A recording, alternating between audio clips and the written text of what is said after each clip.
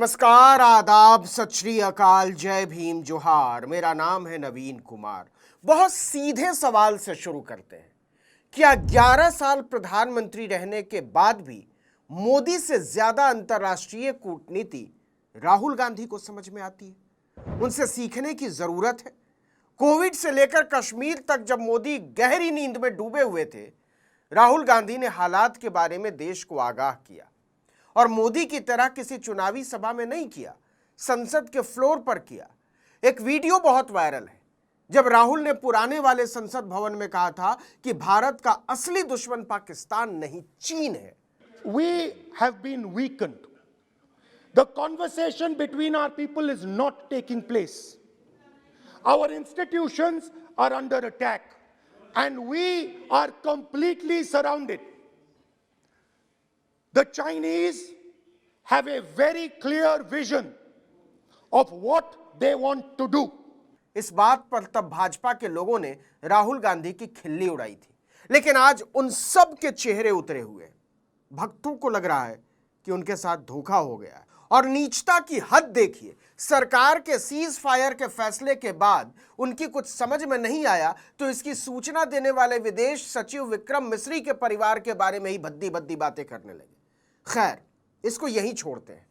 लेकिन अब जबकि दोनों तरफ से मिसाइलें शांत पड़ चुकी हैं और सीमावर्ती इलाकों के लोग कुछ राहत की सांस ले रहे हैं, तो इस बात पर चर्चा जरूरी है कि इस जंग ने मोदी को मजबूत बनाया है या कमजोर। और दूसरा सवाल, इसमें पाकिस्तान को बढ़त हासिल हुई है या भारत की, या फिर किसी तीसरे देश की। जब तक मोदी पर जनता जनार्दन का आशीर्वाद है, कांग्रेस वाले तुम कश्मीर में कुछ नहीं कर पाओगे। हम आगाह करना चाहते हैं कि टीवी चैनलों पर मत जाइए। वहां स्टूडियो की छतों से लटके हुए उल्लू खबरों के नाम पर भौं भौं कर रहे हैं। टीवी के एंकर पागलों की तरह व्यवहार करते नजर आए। अपना अलग रिपब्लिक बनाकर बैठे एक स्वयंभू स्वामी का तो मानसिक संतुलन बिगड़ चुका है और उसकी सही जगह पागलखाना है। यह आदमी किसी गली के छटे हुए गुंडे की तरह चैनल पर बैठकर दहशत पैदा करने की कोशिश करता है। चैनलों की हैसियत नहीं है पूछने की कि क्या मोदी ने कश्मीर पर अमेरिका की मध्यस्थता स्वीकार कर ली है, और अगर नहीं स्वीकार की है तो सरकार खुलकर कहती क्यों नहीं कि डोनाल्ड ट्रंप झूठ बोल रहे हैं। देश जानना चाहता है कि मोदी की गिग्गी क्यों बंधी हुई है। वो न सर्वदलीय बैठक का सामना करना चाहते हैं और न ही संसद का। विपक्ष कई बार विशेष सत्र बुलाने की मांग कर चुका है। सबने एक सुर में समर्थन किया सरकार का और प्रधानमंत्री का, लेकिन सीज फायर के बाद बदली हुई परिस्थितियों में मोदी के लिए एक विचित्र स्थिति तो पैदा हो ही गई है। इस हालात में अंतर्राष्ट्रीय कूटनीति में भारत की जगह और उसकी साख की बात करने की दरकार थी। और सबसे पहली बात तो यही है कि लड़ाई भारत और पाकिस्तान के बीच थी ही नहीं, यह लड़ाई थी भारत और चीन के बीच। केवल थिएटर पाकिस्तान था। We have made huge strategic mistakes in Jammu and Kashmir. We have made huge strategic mistakes in our foreign policy. And if we do not correct those mistakes, what are the mistakes? I have just told you. You have brought China and Pakistan together. खुद को विश्व गुरु समझने वाले तब राहुल गांधी को पप्पू साबित करने पर तुले थे। आज ट्रंप ने जब उन्हें खुद दुनिया की नजरों में पप्पू बना दिया है तो उनके चेले पो पो कर रहे हैं। यह मोदी की वैश्विक तौर पर भारी नाकामी है कि नैतिकता को दांव पर लगाकर इजराइल को गले लगाने के बावजूद अमेरिका ने जंग के बीच IMF से पाकिस्तान को $1 अरब का भारी भरकम कर्जा मंजूर करा दिया। यह मोदी राज में भारत की सबसे बड़ी कूटनीतिक हार है। मोदी जैसे लौह पुरुष और चैनलों के विश्व गुरु के राज में पहली बार दुनिया को यह संदेश गया है कि भारत अमेरिका के पिट्ठू की तरह है और वो वही करेगा जो अमेरिका चाहता है। और अब उसकी इतनी हिम्मत हो गई है कि खुलेआम कश्मीर पर मध्यस्थता की बात करने लगा। अभी भी समय है जब मोदी को हिंदू मुसलमान के झगड़े में देश को झोंकने के लिए दिन रात सोचने की बजाय कुछ ठोस काम करना चाहिए। मंगलसूत्र और भैंस बेचने का फर्जी अभियान चलाने की बजाय एक प्रधानमंत्री का मन देश के लिए वास्तविक काम करने में लगना चाहिए। गौर कीजिए, मोदी के इजराइल अमेरिका प्रेम के चक्कर में भारत ने रूस जैसे भरोसेमंद साझेदार तक को खो दिया। इतना कुछ हो जाने के बाद भी रूस ने एक शब्द भारत के समर्थन में खुलकर नहीं कहा। उल्टा वो चीन की तरफ झुका दिखा, जो खुलकर लड़ाई में पाकिस्तान का साथ दे रहा था। तो ऐसा क्यों हुआ? इसलिए हुआ कि मोदी को कूटनीति समझ में नहीं आती। बुरी लगेगी बात, लेकिन उन्होंने वैश्विक धरातल पर भारत सरकार की साख को कम किया है। कूटनीतिक संबंध बनाना एक लंबी प्रक्रिया होती है, कई बार यह दशकों दशक चलती है। मोदी ने उसे तहस नहस किया है। इजराइल को गले लगाने के लिए उन्होंने ईरान को खो दिया, और ईरान से भारत की सचेत दूरी ने रूस को नाराज कर दिया। आप इस लड़ाई में देखें, आपके समर्थन में कौन कौन देश आए।